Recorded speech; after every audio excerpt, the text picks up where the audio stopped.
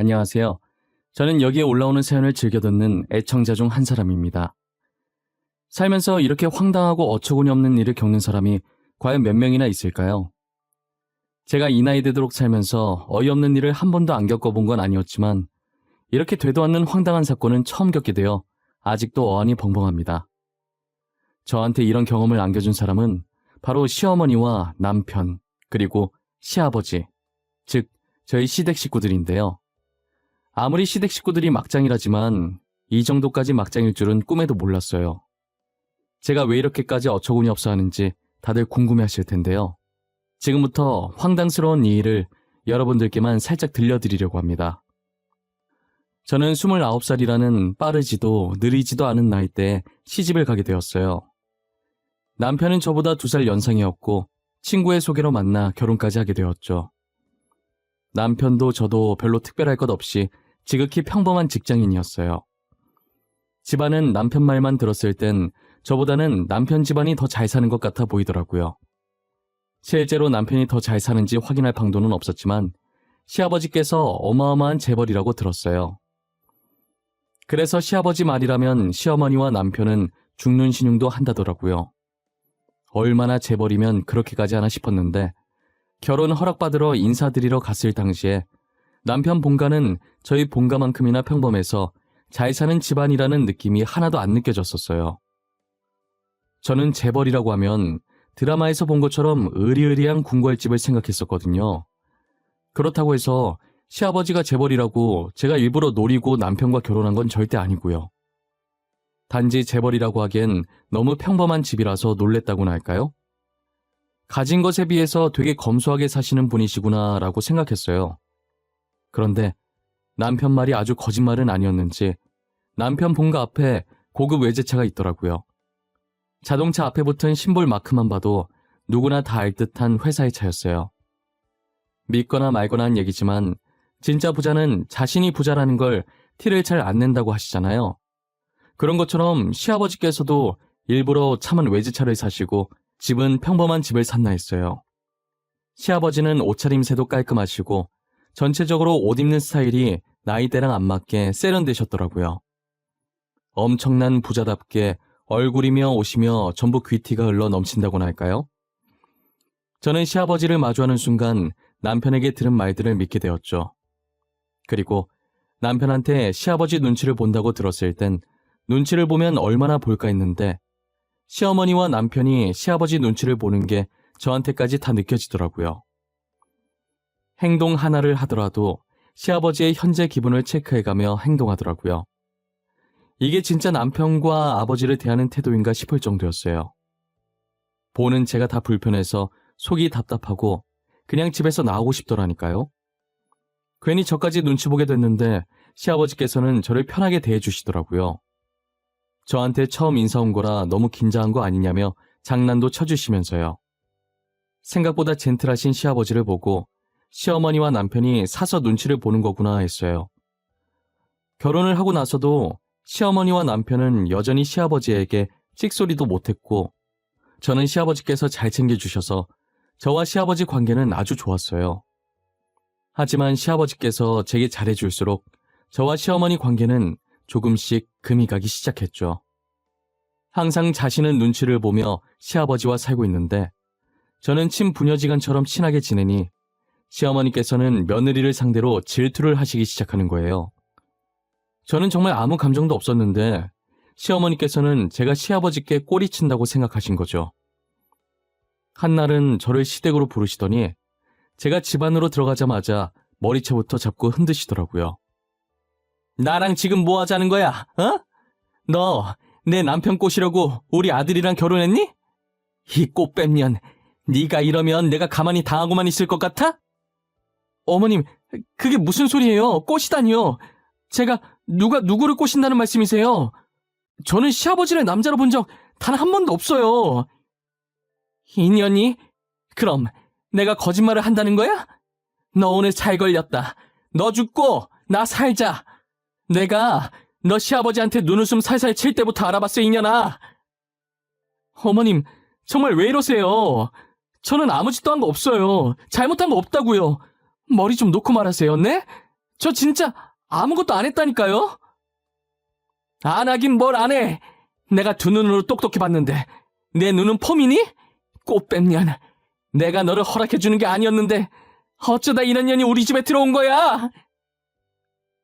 시어머니께서는 제 말을 들으려고 하시지도 않고 대뜸 제가 시아버지를 꼬셨다면서 소리를 지르고 머리채를 잡고 뺨을 때리고 진짜 난리도 아니었어요. 저는 아무것도 한 게 없는데 이렇게 다 하고만 있으려니 눈물만 나더라고요. 얼마나 세게 잡고 흔드셨는지 손가락으로 머리를 빗으니까 머리카락이 후두둑 빠졌어요. 집으로 돌아오는 길에 빠진 머리카락을 보는데 그냥 미친 사람 마냥 웃음만 나는 거예요. 이게 무슨 어이없는 일인가 싶어서요. 막장 드라마에서만 보던 일을 제가 직접 겪게 될 줄 누가 알았겠어요. 눈물도 안 나고 정말 어이가 없어서 웃음만 나왔어요. 실성한 사람처럼 터덜터덜 걸으면서 어깨를 들썩일 정도로 웃었죠. 당연히 사람들은 저를 미친 사람 보듯 쳐다봤고 저는 사람들 시선을 신경 쓸 정신이 없었어요. 그래도 일 크게 만들고 싶지 않아서 머리를 정돈하고 집으로 들어갔어요. 남편은 제가 시어머니에게 머리가 뜯기고 뺨을 맞았는지도 모른 채 밥 달라고 하고 있었죠. 오늘만 남편 보고 차려 먹으라고 하고 안방으로 들어왔는데 남편은 또 남편대로 난리를 치는 거예요. 시연아, 밥은? 나 아직 밥 못 먹었는데. 아, 배고파. 빨리 밥 좀 차려줘. 나 아까 점심도 대충 먹었단 말이야. 빨리 밥 차려줘. 오빠, 진짜 미안한데 오늘 하루만 오빠가 알아서 밥 차려 먹어. 나 지금 밥 차릴 기분이 아니야. 밥 먹고 싶지도 않고. 나 혼자 어떻게 먹어? 시연아, 얼른 일어나, 어? 밥 먹자, 밥. 나 지금 무지하게 배고파. 배가죽이 등짝에 달라붙었다고. 오늘만 오빠가 밥 차려 먹으라고. 내가 무슨 오빠 밥이나 차려주려고 결혼한 줄 알아? 한두 살 먹은 어린애도 아니고 혼자서 밥을 왜 못 먹어? 라면이라도 끓여 먹던가. 왜 화를 내고 그래? 내가 미안해. 라면 끓여 먹을게. 그러니까 화내지 마. 내가 잘못했어. 나는 그냥 같이 먹고 싶어서 그랬던 거야. 저녁은 내가 알아서 차려 먹을게. 저는 계속해서 밥 차려달라고 하는 남편에게 소리를 질러버렸고 남편은 제 눈치를 보며 방에서 나갔어요. 남편은 잘못한 게 하나도 없는데 괜히 소리를 지르면서 화풀이한 것 같아서 미안했죠. 거실에서 호로록거리면서 남편의 라면 먹는 소리가 들리는데 짠하면서 미안하기도 하고 아까 당한 서름 때문에 눈물이 나서 안방 화장실에 씻으러 들어가는 척하면서 물 틀어놓고 엄청 울었어요. 다시는 이런 일을 만들지 말아야겠다는 생각에 시아버지를 멀리하기로 마음먹었죠. 저는 그 뒤로 시아버지와 마주치면 예전과 달리 몸이 건조하게 반응했어요. 시아버지는 그냥 제가 기분이 안 좋은 줄로만 알고 제 기분을 풀어주려고 저를 계속 따라다니시는 거예요. 그러면 그럴수록 저는 더 차갑고 쌀쌀맞게 시아버지를 대했어요. 하지만 시어머니께서는 새로운 방법으로 시아버지를 꼬시는 거냐며 저를 더 몰아세우셨죠. 제가 어떤 방법으로 시아버지를 멀리하든 시아버지는 저를 졸졸 따라다니셨고 시어머니는 조용히 따로 불러 제게 막말을 하며 손을 올리려고 하셨어요. 그러다 시어머니가 남편에게 저와 시아버지가 그렇고 그런 사이라고 말을 했어요. 남편은 원래 제게 항상 져주고 그랬었는데 시어머니 말을 들은 뒤로는 점차 저와 시아버지 사이를 의심하기 시작하더라고요. 그렇다고 대놓고 시어머니처럼 화를 내거나 때린 것은 아니었지만 은근히 눈치를 줬었죠. 제가 아무리 아니라고 해명하고 다녀봤자 믿어주는 이는 아무도 없었어요. 그렇게 제 편 하나 없는 시댁과 홀로 싸우고 있을 때 설상가상 시아버지까지 더해지더라고요. 이 가족 중에서 정상은 시아버지밖에 없다고 생각했었지만 시아버지도 결코 정상은 아니었어요. 가뜩이나 시어머니와 남편한테 사실도 아닌 것 가지고 계속 시달려 죽겠는데 와중에 시아버지는 저를 며느리가 아닌 여자로 생각하시는 모양이었어요. 예전 남편이 쓰던 방에 물건 가지러 갔다가 혼자 계신 시아버지와 마주치게 됐는데 계속해서 제게 데이트 신청을 하시고 선을 넘으시려고 하시더라고요. 아가, 주말에 별다른 일 없으면 나랑 백화점이나 갈까? 백화점 가서 옷도 사고 맛있는 것도 먹고 말이야. 요즘 새아가 기분이 영 안 좋아 보이네. 저는 괜찮습니다. 친구도 만나고 혼자 산책도 하면서 알아서 스트레스 풀고 있어요. 아버님께서 신경 쓰지 않으셔도 돼요. 마음만 감사히 받을게요. 같이 가재도 그러네. 그리고 저번부터 왜 그렇게 딱딱하게 말해? 시합이 서운하게. 내가 너 사고 싶은 거 다 사줄게. 그러니까 가자, 응? 저는 괜찮다니까요. 정말 신경 안 써주셔도 돼요. 그냥 아무것도 안 하고 싶고 집에서 쉬고 싶어요. 그럼 우리 집에서 편히 쉬거라. 우리 예전엔 사이가 좋았지 않니? 내가 친합이다 생각하고, 응? 아가, 왜 이렇게 발에 힘이 없어? 한약이라도 지어줄까? 어머, 아버님, 지금 어딜 만지시는 거예요? 이런 식으로 제 팔 잡는 거 저 너무 불쾌하네요. 시아버지께서는 애교 섞인 목소리로 제게 나가자고 하시는 거예요. 저는 확실하게 거절하는 의사표시를 했지만 시아버지께서는 계속해서 데이트 신청을 하셨어요. 그러더니 힘이 없어 보인다면서 대뜸 제 팔을 잡으시는 거예요. 저는 소스라치게 놀라면서 마치 몸에 벌레라도 붙은 것처럼 시아버지 팔을 뿌리쳤고, 이내 시아버지는 아랑곳하지 않고 이상한 눈빛으로 저를 쳐다보시면서 다가오시더라고요. 뒷걸음치다가 제 발에 걸려 넘어졌고 시아버지께서는 음흉한 미소를 지으시며 오셨죠. 어떻게 빠져나갈까 하다가 제 머리로 시아버지 얼굴을 가격하고 시아버지께서 아파서 얼굴을 감싸고 있을 때 시댁에서 빠져나왔어요. 혼비백산이 된 저는 아무래도 이 일을 남편에게라도 알려야 할 것 같아서 집 가는 대로 시댁에서 있었던 일들을 죄다 남편에게 말했어요. 하지만 제 말을 듣고 돌아온 남편의 대답은 정말 어이가 없었죠. 아버지께서 그러셨다고? 네가 먼저 꼬리친 게 아니라? 야, 내가 바보도 아니고 너랑 우리 아버지가 그런 사이인 거 언제까지 모를 줄 알았냐? 진짜 당신까지 왜 그래? 나 아니라니까. 나 진짜 아니야. 저번에도 말했잖아. 아버님이랑 아무 사이도 아니야. 단 한 번도 아버님을 남자라고 생각한 적 없다고. 너 우리 아버지한테 아버님 하면서 꼬리친 거 나도 다 알고 있어. 너 우리 엄마한테 혼나고 나니까 괜히 아버지 없는 취급한다며. 그러면서 아버님한테 관심 끌려고. 무슨 소리야. 내가 언제 아버님 관심 끌려고 했는데? 나 관심 끌려고 한 적 없어. 괜한 오해 사기 싫어서 아버님 모르는 척 한 것뿐이야. 그리고 난 확실히 거절했어. 미친년. 너 나 만나기 전에 다른 남자들한테도 이런 식으로 꼬셨냐? 하님, 지금도 다른 남자들 꼬시고 있는 거냐? 나이 차 안 따지나 봐. 대단한데? 이미 시어머니께 세뇌당한 남편과는 아무런 말도 통하지 않았어요. 시아버지와 제 사이를 의심하는 것도 모자라 이제는 다른 남자들도 꼬시고 있냐며 막말을 했죠. 직접 듣지 않으면 남편이 제 말을 도저히 믿어주지 않을 것 같아서 시아버지와 만날 때마다 녹음을 켰어요. 저는 제 말이 사실인지 아닌지 직접 들어보라며 녹음본을 들려줬고, 남편은 제 녹음본을 듣고도 괜히 둘 사이 의심 피하려고 일부러 시아버지와 짜서 녹음한 거 아니냐고 하더라고요. 해명을 하면 할수록 어이없는 대답만 돌아오니 참고 살려고 해도 도저히 안 되겠더라고요.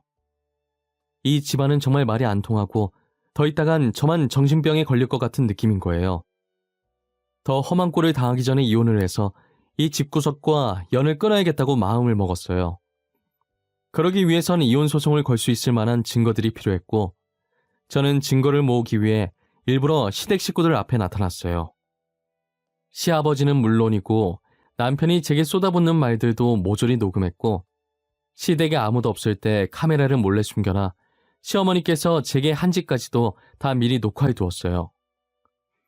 그리고 저는 그 증거 영상과 녹화분을 가지고 시댁 식구에게 걸 수 있는 모든 소송들을 걸게 됐죠. 제 증거로 시댁 식구들의 죄가 인정되어 세 사람에게 많은 위자료를 받게 되었어요. 다시는 시댁 식구들과 얼굴을 마주하고 싶지 않아 다른 동네로 이사를 갔어요. 아무리 시댁이 싫어도 차마 가족들과 친구들이 있는 고향을 떠나고 싶지 않더라고요. 저는 그들에게 받은 위자료들을 가지고 조그맣게 옷사업을 하게 됐어요. 당연히 처음부터 잘 되진 않았지만 인플루언서였던 친구가 홍보글을 올려줘서 덕분에 매출이 아예 저조하진 않았었죠. 제가 발품 팔아서 판매한 옷도 있고 전공을 살려서 직접 제작해서 만든 옷도 있었어요. 발품 팔아서 판매하는 옷보다 직접 제작한 옷이 더 인기가 많아서 나중엔 직접 제작한 옷들만 판매하기 시작했어요. 첫 사업이다 보니까 기대를 하나도 안 했었고 이 정도까지 단기간에 대박 날 줄은 정말 몰랐어요. 이게 다 유명 인플루언서인 친구의 공이 굉장히 컸죠.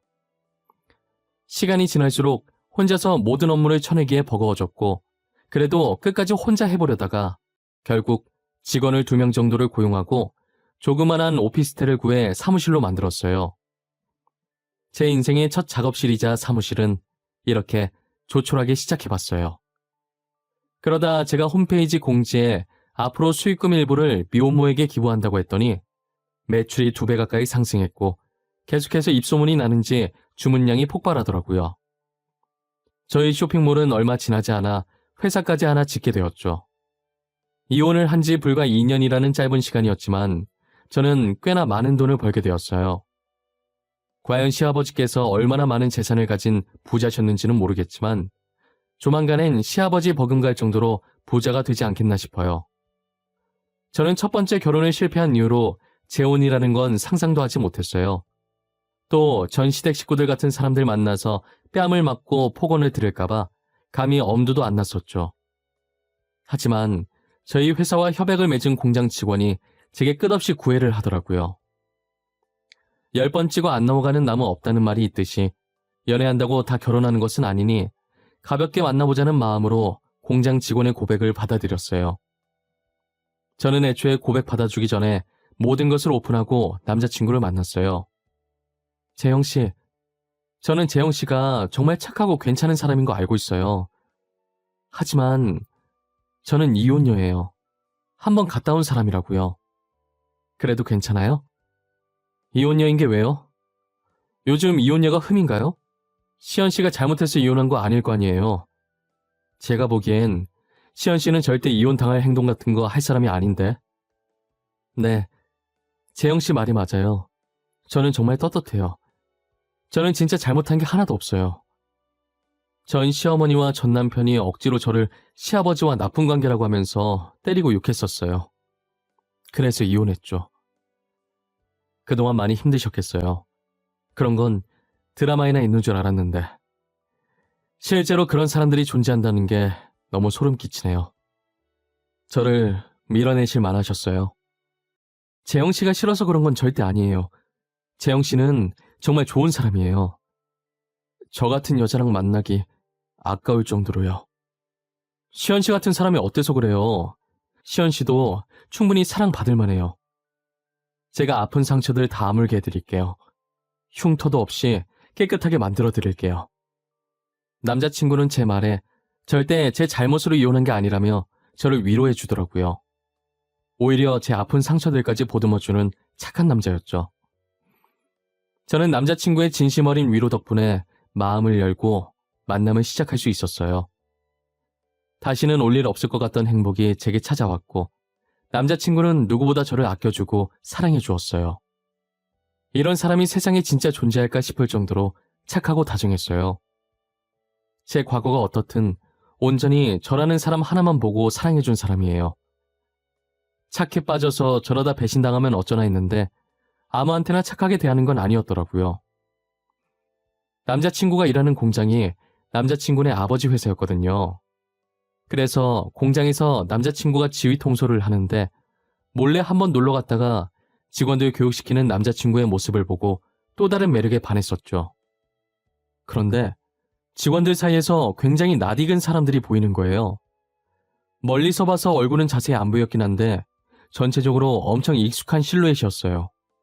도대체 누구인지 골똘히 생각하고 있을 때 직원 교육이 끝났더라고요.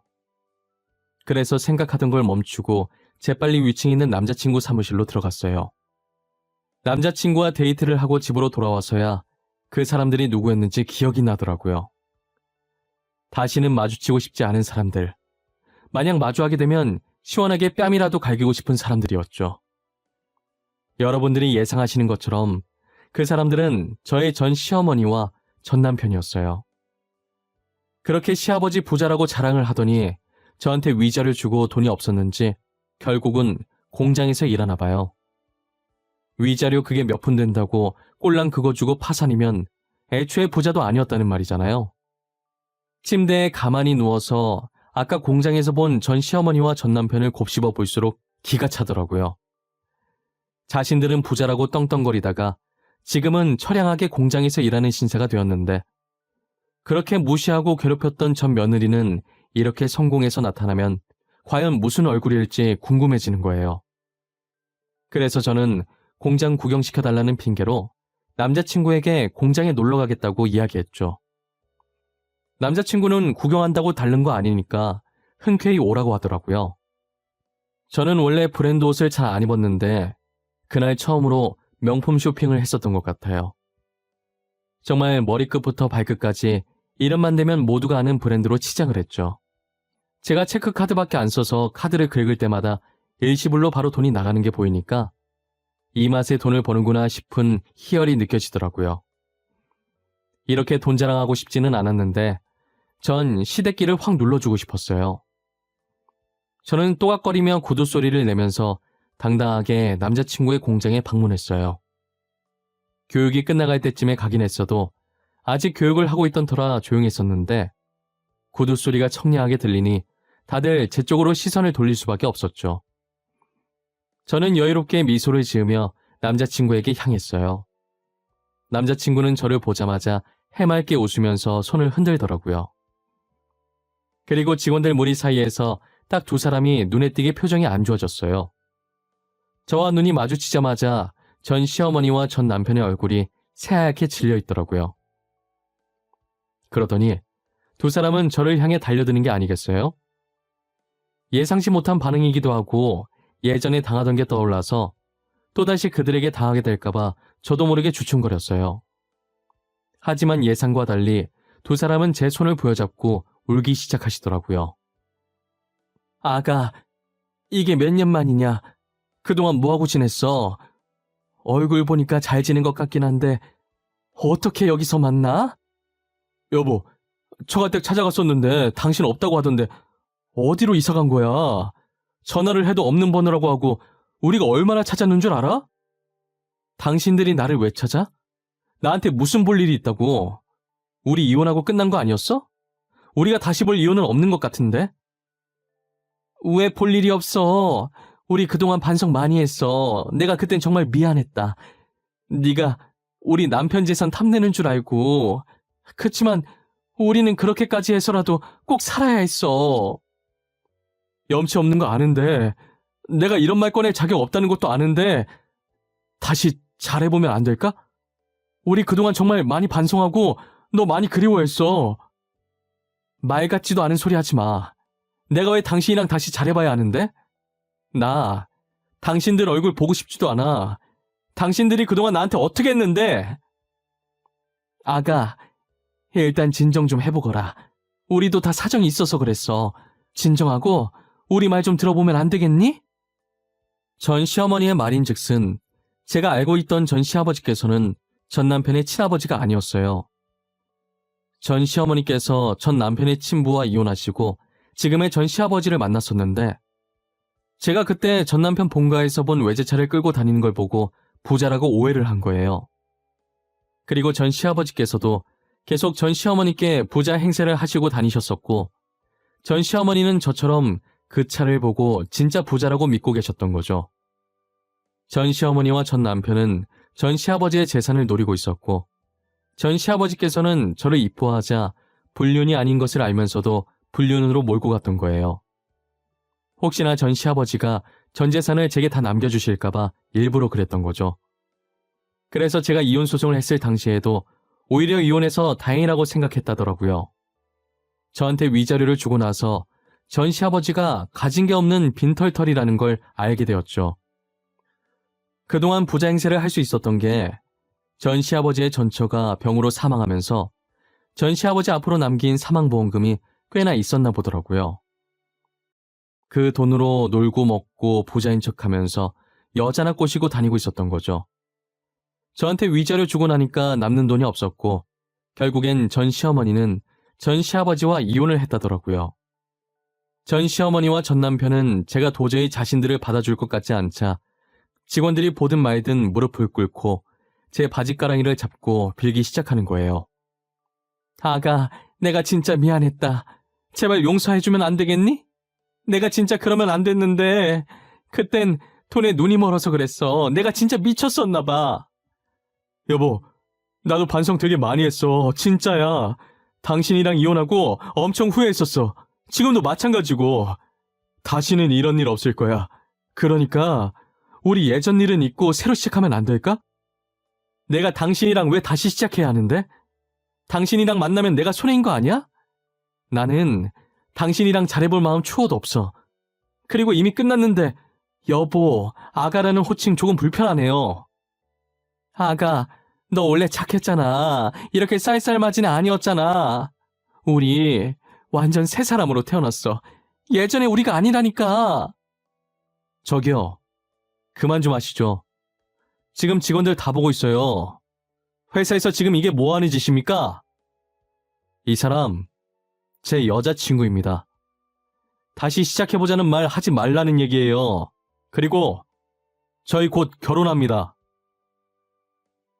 남자친구는 참다 도저히 못 봐주겠던지 제 앞을 막아섰고 두 사람을 향해 윽박을 지르더라고요. 그리고 그들에게 제가 자신의 여자친구임을 밝혔고 곧 결혼할 사이라고 말했죠. 결혼할 사이라는 말에 그들은 놀라서 남자친구를 봤고 저도 아직 청혼받은 게 없어서 그들처럼 놀랐었어요. 하지만 곧바로 표정 관리를 했고 남자친구는 표정 한 번 안 변하고 그들을 몰아세웠어요. 공과사 구분이 뚜렷했던 남자친구였기에 사적인 일로 해고를 하지 않는 사람이었지만 이렇게 공적인 장소에서 무례하게 행동한 것엔 책임을 져야 한다고 했죠. 남자친구는 전 시어머니와 전 남편에게 내일부터 출근하지 말라고 통보했어요. 그들이 울면서 안 된다고 일해서 돈 벌어야 한다고 사정했지만 남자친구는 흔들림이 없었죠. 결국 경비를 불러서 시끄럽게 난동을 피우는 그들을 쫓아냈어요. 남자친구는 제 어깨를 감싸며 괜찮냐고 걱정을 해주었고 저는 괜찮다고 고개를 끄덕거렸어요. 이렇게 청혼할 건 아니었는데 저 사람들 때문이라도 하루빨리 결혼을 하자고 말하더라고요. 멋스럽진 않지만 남자친구의 마음은 진심이었기 때문에 청혼 아닌 청혼을 받아들이게 됐어요. 지금은 상견례까지 하고 결혼 날짜를 받아놓은 상태예요. 나중에 남자친구가 다시 프로포즈를 하긴 했는데 프로포즈 받는 내내 계속 그때가 생각나서 웃기더라고요. 솔직히 뒤에 받은 프로포즈보다 공장에서 받은 프로포즈가 더 인상 깊긴 했어요. 아마 저처럼 얼떨결에 멋없는 청혼을 받은 사람은 또 없을 거예요. 솔직히 그날도 자칫하면 안 좋은 기억으로 남을 수 있었는데 그래도 남자친구 덕분에 이렇게 재미있는 에피소드 하나로 남게 되었네요. 저는 지금 행복하게 남자친구와 결혼 준비를 하고 있어요. 그리고 겹경사로 소중한 아기 천사가 남자친구와 제게 찾아와 주었어요. 아직은 초기라 조심할 때라서 예비 시부모님도 남자친구도 저를 공주대하듯 하십니다. 이런 대접을 받아본 게 처음이긴 한데 막상 받아보니 기분은 좋더라고요. 정말 제가 공주가 된 것 같은 기분이 들었어요. 저는 이혼을 경험하면서 정말 많은 것을 배우게 되었고 또 많은 것을 느끼게 되었어요. 행복은 쉽게 찾아오는 게 아니라더니 온갖 고난을 다 겪고 결국은 이렇게 행복해졌네요. 저는 힘겹게 찾아온 행복을 다시 놓치고 싶지 않아요. 제 이야기는 이쯤에서 마무리해보려고 합니다. 여러분들은 제 이야기를 듣고 무슨 생각을 하셨나요? 정말 막장 드라마가 따로 없다고 생각하셨나요? 아니면 저처럼 이런 일을 겪고 공감을 하셨나요? 무엇이 됐든 힘든 일 뒤에는 꼭 좋은 일이 따라온다라는 걸 잊지 않았으면 좋겠어요.